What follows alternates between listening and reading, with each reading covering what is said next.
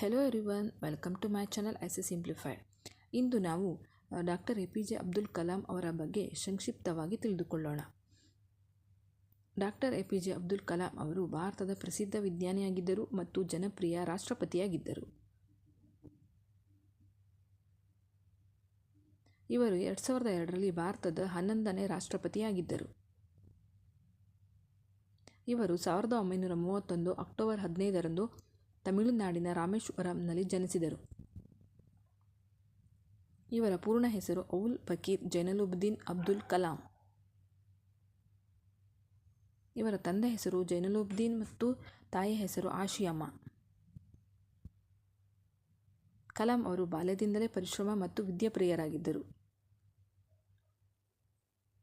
ಇವರು ಬಡ ಕುಟುಂಬದಲ್ಲಿ ಜನಿಸಿದರೂ ಕಠಿಣ ಪರಿಶ್ರಮದಿಂದ ಉನ್ನತ ಸ್ಥಾನವನ್ನು ಪಡೆದರು. ಇವರು ಬಾಲ್ಯದಲ್ಲಿ ಪತ್ರಿಕೆಗಳನ್ನು ಮಾರಾಟ ಮಾಡಿ ವಿದ್ಯಾಭ್ಯಾಸ ಮಾಡಿದರು.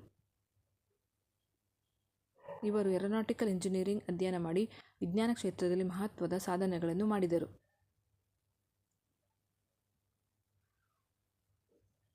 ಭಾರತದ ಕ್ಷಿಪಣಿ ಮತ್ತು ಬಾಹ್ಯಾಕಾಶ ಕಾರ್ಯಕ್ರಮಗಳ ಅಭಿವೃದ್ಧಿಗೆ ಮಹತ್ವದ ಕೊಡುಗೆ ನೀಡಿದರು.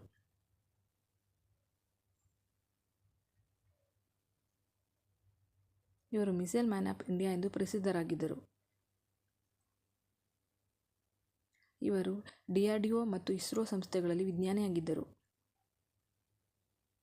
ಇವರ ಮಕ್ಕಳ ಜೊತೆ ಸಮಯವನ್ನು ಕಳೆಯಲು ಇಷ್ಟಪಡುತ್ತಿದ್ದರು. ದೇಶದ ಅಭಿವೃದ್ಧಿಗಾಗಿ ಯುವಕರಿಗೆ ಸದಾ ಪ್ರೇರಣೆ ನೀಡುತ್ತಿದ್ದರು. ರಾಷ್ಟ್ರಪತಿ ಹುದ್ದೆಯನ್ನು ತೊರೆದ ನಂತರ ಅಬ್ದುಲ್ ಕಲಾಂ ಅವರು ವಿದ್ಯಾರ್ಥಿಗಳಿಗೆ ಶಿಕ್ಷಣ ನೀಡುವ ತಮ್ಮ ಹಳೆಯ ಆಸಕ್ತಿಯತ್ತ ಮತ್ತೆ ಮರಳಿದರು.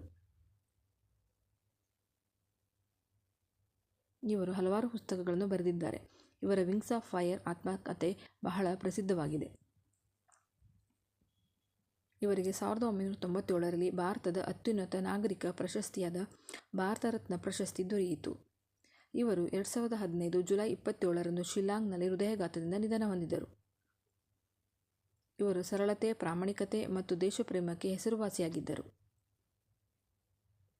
ಡಾಕ್ಟರ್ ಅಬ್ದುಲ್ ಕಲಾಂ ಅವರು ಭಾರತದ ಹೆಮ್ಮೆಯ ವ್ಯಕ್ತಿಯಾಗಿದ್ದರು.